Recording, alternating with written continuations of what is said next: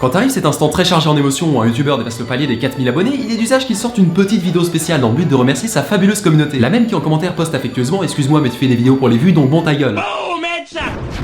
Après 2 mois passés en salle de réanimation suite à la lecture de ce message de gangster, j'ai décidé de continuer malgré tout. J'avais somme toute dépassé les 4000 abonnés, c'était formidable, j'allais enfin pouvoir sortir une vidéo avec un titre en majuscule bien putaclic. Ensuite c'est posé la question du contenu, ça c'est toujours chiant. En vérité j'avais 2 choix. Soit je prenais la voie de la facilité en sortant un lip-dub dénudé sur une chanson de Miley Cyrus avec une petite bannière sur ma vie, merci à tous mes pandas au caramel, soit je décidais de me respecter et de proposer une vidéo travaillée sur un sujet en rapport avec la chaîne. Bon ok, sur le moment j'ai choisi la première option, voilà, c'était pas trop prise de tête, mais vous me connaissez, en général je fais les choses à fond. Le clip a donc été supprimé par YouTube pour cause de contenu à caractère pornographique, qui risquait de compromettre les générations futures et plus encore. Je trouvais ça un peu exagéré, surtout que c'était pas forcément plus obscène qu'une interview d'Enora Malagré. Mais ce qui était certain, c'est qu'il fallait maintenant que je trouve une nouvelle idée de vidéo. Et ça c'est pas évident, il faut réfléchir et tout, j'ai plus l'habitude, putain. Qu'est-ce qu'ils aiment les gens aujourd'hui? Le clash, Jean-Marc Morandini, tout ce qui est un peu opposition.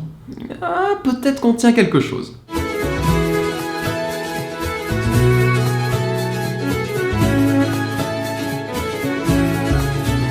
Bonjour à tous, c'est Kaikizola et aujourd'hui pour fêter dignement le cap des 4000 abonnés, j'ai eu envie de vous proposer un nouveau type d'émission. Voilà, désolé pour ceux qui arrivent pas à suivre, mais chez Cinerider c'est comme ça, on produit du concept. Je paye des cerveaux d'élite qui fusent en permanence pour trouver des idées tout à fait ébouriffantes. Cette émission s'appelle donc Versus Time et l'idée est de comparer 2 films liés à une thématique commune afin de mettre en avant ce qui les distingue. Démarche qui devrait vous permettre d'acquérir un regard plus frais et lucide sur les œuvres concernées. Peut-être que dans 5 minutes vous aurez oublié et vous serez en train de faire chauffer une pizza. Il est possible que vous vous en battiez les couilles. Pour ce premier épisode donc, j'ai choisi d'opposer 2 films aux propos très similaires mais au traitement complètement différent. C'est-à-dire Lucy de Luc Besson et Limitless de Neil Burger. Bon lui il a un nom rigolo, va falloir vivre avec. En 2014, quand Luc Besson est venu taper du poing sur la table avec son nouveau long métrage Lucy, concept a priori incroyable où une personne est amenée à utiliser 100% des capacités de son cerveau, beaucoup se sont empressés de lui rappeler que l'idée avait déjà été exploitée 3 ans auparavant avec le film Limitless. Et étant donné qu'à ce moment-là c'était un peu la mode de critiquer Lucy, certains se sont servis de la ressemblance pour qualifier le film de simple ersatz, tandis que Luc Besson, comme à la sortie de chacun de ses longs métrages, s'est encore fait traiter de misérable escroc. Bon ça après il a l'habitude, disons que quand c'est la 15e fois tu commences à l'intérioriser. Lucy était donc devenue la bouse officielle de l'année 2014, et tous les spectateurs semblaient s'être mis d'accord pour jeter des lasagnes périmées sur le réalisateur à la première occasion où il le verrait. Pourtant, je trouve pas qu'un tel bashing soit mérité. Certes, le film a des défauts, mais ce qui est sûr, c'est qu'il est loin d'être un clone de Limitless. Il y a quelques ressemblances dans certains détails, et les vidéos sont déjà là pour en parler, mais dans les grandes lignes, ça n'a rien à voir. Nous allons donc mettre en parallèle les 2 films et expliquer en quoi ils parviennent, malgré les préjugés, à se démarquer l'un de l'autre en proposant des perspectives différentes. Limitless, c'est l'histoire d'Eddie Mora, un pseudo-écrivain un peu loser, encore moins productif que moi sur YouTube, qui a la coupe de cheveux négligée la moins réaliste du monde. Non, sans déconner les gars, personne ne se réveille comme ça le matin. Mais qui va découvrir par l'intermédiaire de son beau-frère une drogue expérimentale répondant au doux nom de NZT, qui va lui permettre d'exploiter pleinement son cerveau. Ces nouvelles capacités l'aideront à accomplir ses rêves et à mener une ascension sociale fulgurante. Tandis que Lucy, c'est l'histoire d'une espèce de pouf au regard malicieux, enfin Scarlett Johansson quoi, qui se retrouve impliquée par hasard dans un business de narcotrafiquants, ça arrive, et qui va en quelque sorte servir d'emballage pour la CPH4, une nouvelle substance illégale. Du coup on l'insère dans son abdomen, on fait la livraison, jusque là tout se passe très bien, mais les sachets vont finir par se déchirer et déverser une très grande quantité de drogue dans son organisme. Tout comme Eddie Mora, elle va alors développer des capacités cérébrales extraordinaires, à la différence près que son cerveau est tellement stimulé qu'elle va aussi acquérir des super pouvoirs de Terminator et faire voler des objets. Ah, vous voyez le rapport?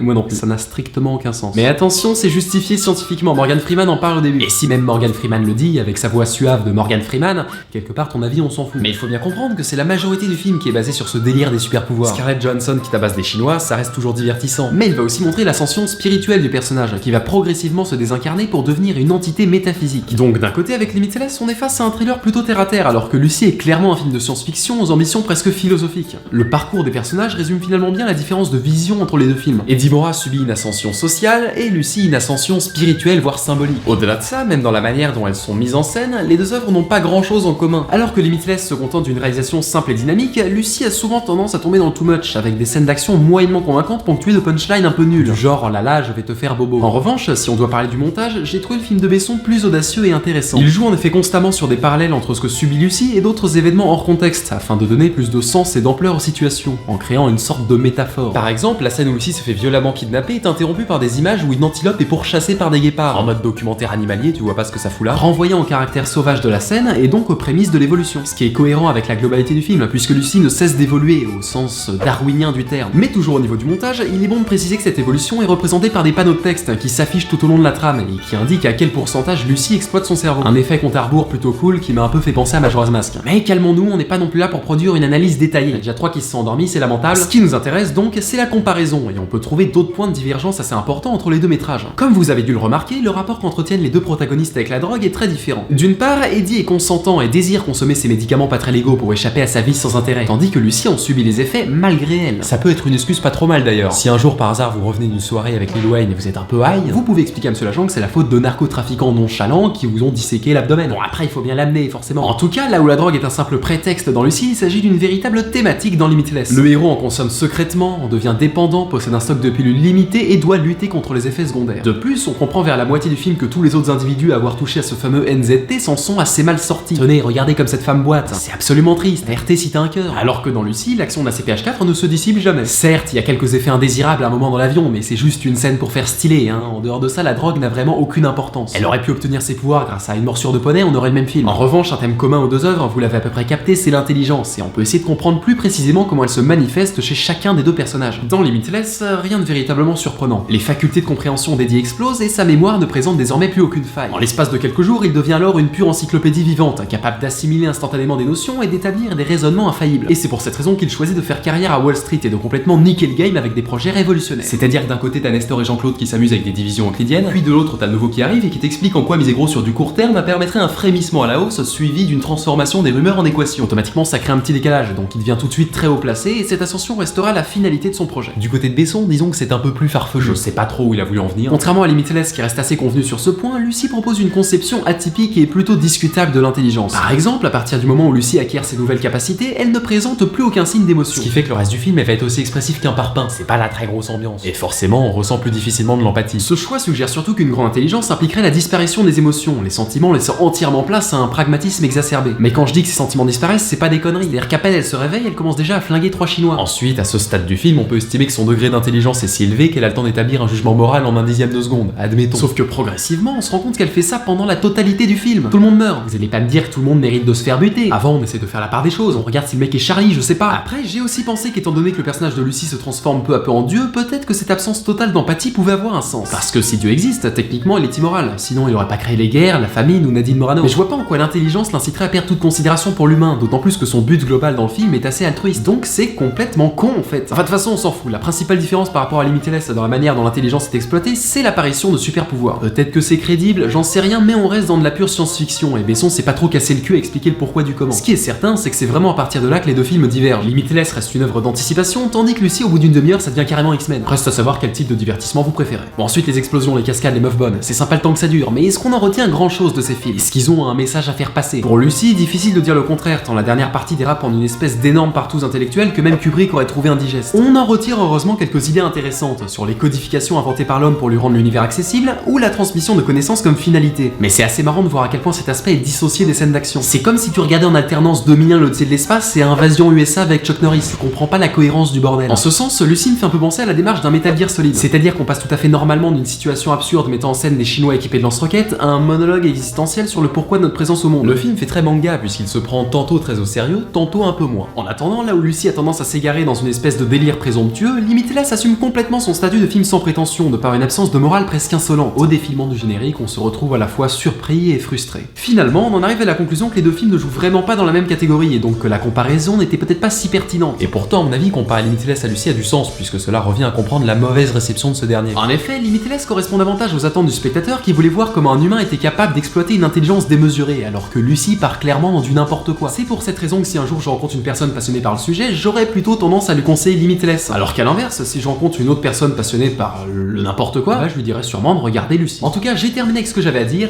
Oui, c'était un peu plus court que d'habitude, mais je trouvais qu'il était préférable de faire évoluer la chaîne vers un format plus concis, histoire que vous puissiez regarder ces vidéos en toutes circonstances malgré votre emploi du temps de ministre. Bon, c'est vrai que j'avais un peu la flemme aussi. En tout cas, n'oubliez pas d'aller voir la page Facebook juste en bas dans la description. Profitez de la vie et à la prochaine.